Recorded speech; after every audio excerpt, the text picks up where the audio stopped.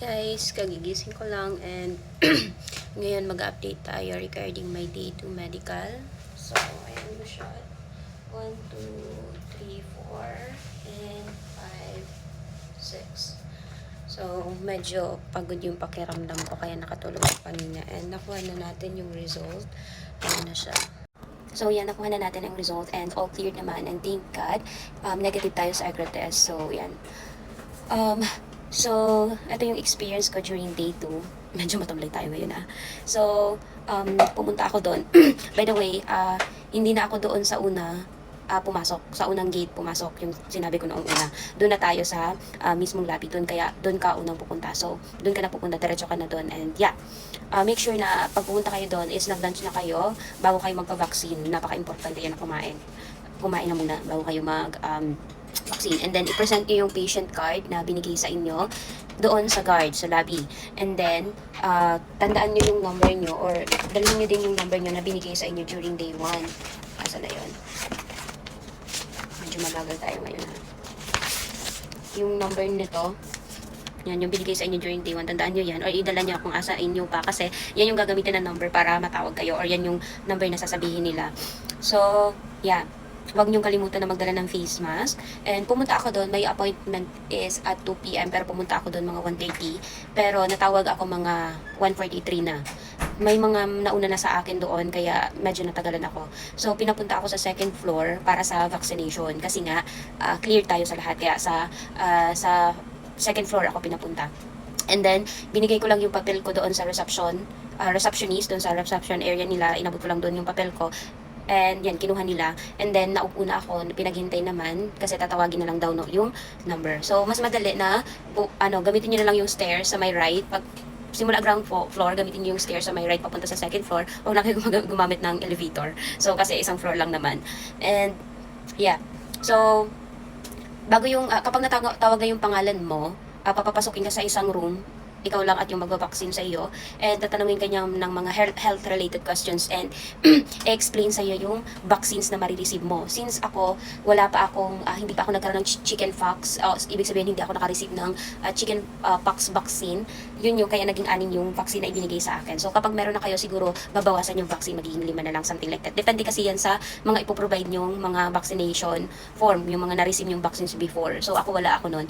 So isa sa na-receive ko is yung Tdap or yung anti-tetanus siya, pero ibang klase daw ng anti-tetanus. Sinabi ko na this year lang may na-receive akong anti-tetano kasi tinatanong nila, kasi nagkasugat ako nung na-discrash ako sa motor. So binigyan ako ng anti-tetano. Pero ilang months naman ang nakalipas, sabi daw 3 months. Kapag 3 months nakalipas, siguro hindi na ako bibigyan ng vaccine. Hindi ko alam. Sabi niya magkaiba naman daw yung vaccine, kaya okay lang. So binigyan ako noon. And then itong MMR, hindi ko alam kung para saan to. And then yung polio, nakalimutan ko kasi, in-explain niya naman pero nakalimutan ko. Yung polio vaccine meron na. And then yung sa chickenpox, sa hepatitis, tapos ito yun, nandito sa binigay nilang papel. Itong IPV, hindi ko alam din kung ano yan. Basta in-explain din yan. And then 2, 4. Basta yan, yung mga vaccines na ibinigay sa akin. And then so yan, 6 vaccines ang na-receive ko. So, sinasabi din doon na sa loob ng 1 month, yung babae hindi pwede magbuntis kasi may vaccines na ibinigay sa akin na related doon sa pagbubuntis na hindi pwede magbuntis. So, yan, explain naman yun ng nurse sa inyo bago kayo i-vaccine. Then, after ng vaccination, sasabihin lang na pumunta kayo doon sa releasing area para makuha yung mga documents nyo, yung ganito. And then yung CT, and then yung copy ng vaccination nyo. By the way, itong copy ng vaccine, hindi, mamaya ko na lang i-explain. So, pagpunta dun sa releasing area, wait naman kayo na matawag yung number nyo, and then papasukin kayo doon sa room. Ito yung releasing area, malapit lang to doon sa may elevator part. Doon pa din to sa may second floor. And then, wait kayo na matawag. So, natapos ako na i-vaccine mga 2:28, then naghintay na ako doon. And, tumagal yung paghintay ko ng until 4 natapos yung lahat-lahat na ibigay sa akin yung document. So, pagpasok ko doon sa may releasing area, nagtanong lang ng mga few questions relate na naman sa inyo and sa mga background. Kasi nagkaroon ako ng background ng nakagat ng aso, yun. Tinanong ako din about doon. And sabi ko na kumpleto ko naman yung vaccines kasi kung hindi, siguro sasuggest nila na magpa-vaccine ulit ako. So, matagal naman yun, 10 years old pa ako and nakumpleto ko naman yung vaccines.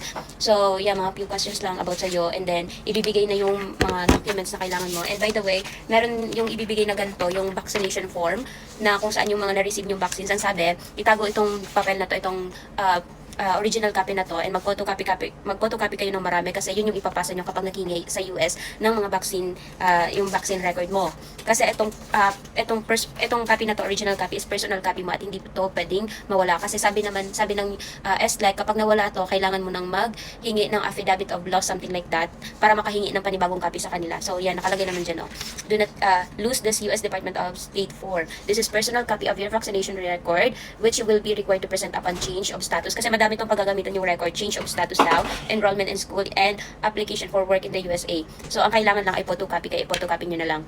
Further vaccinations are recommended as required. So, pwede pa silang humingi ng another vaccinations na iba naman. So, hindi ko alam kung ano yun. So, yun lang, na-receive ko na and don't forget yung photocopy na to. And then yung CD, ito yung envelope ang ibibigay natin doon sa USCIS during our, sa US Embassy during our interview. And then, ito yung copy ng x-ray natin, hindi na sila nakapapel.